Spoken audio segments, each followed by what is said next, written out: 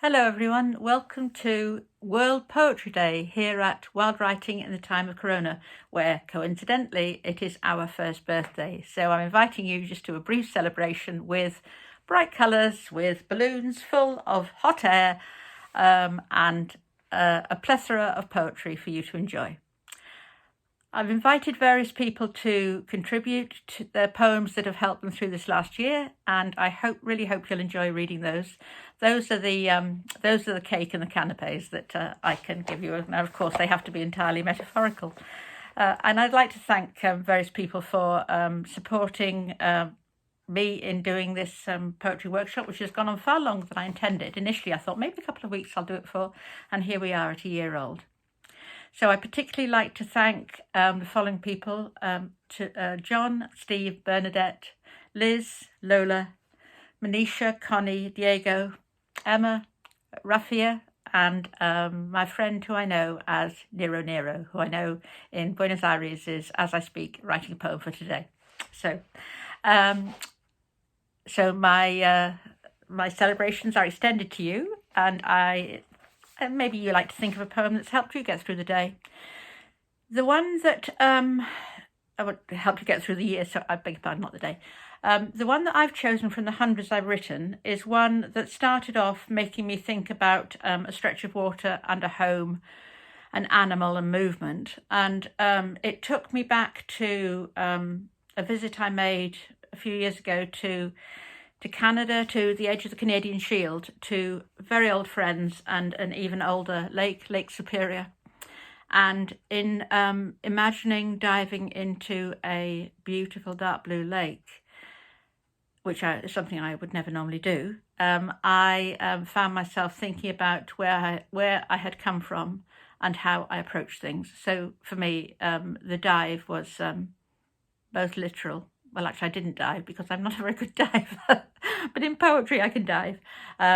It was, yes, literal and metaphorical, and I quite like the idea of how I combine the different speeds at which creatures on this planet do things, and how that's absolutely fine. So, audience are ready? I think they are ready. I think they're all ready.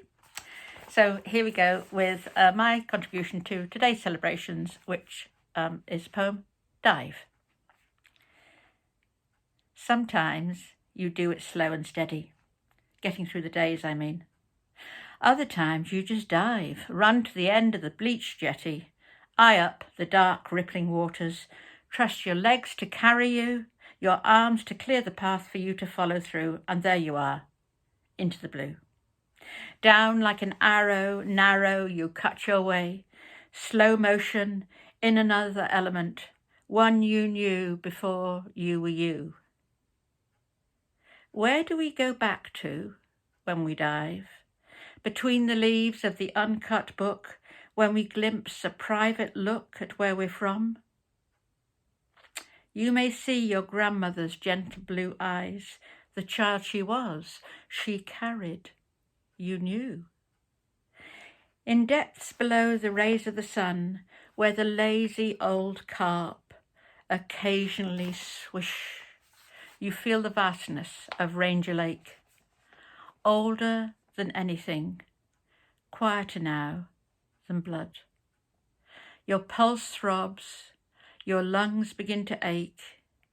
You rise, feet like furious flippers propel you up towards the light. And as you break the surface, your mouth gapes wide for another breath of air. Look now to shore. There, on the tiny veranda, two people are watching, not you. This journey is your own. But an emerald hummingbird drinking sugar water from the feeder. His wings a blur, his body a jewel. Sometimes you do it slow and steady. Other times you just dive. And that's my poem that I've chosen, and I very much hope you'll enjoy reading other people's poems that they have put out into the world for World Poetry Day. So until next time, I wish you a very good day and enjoy writing and reading. Bye-bye for now.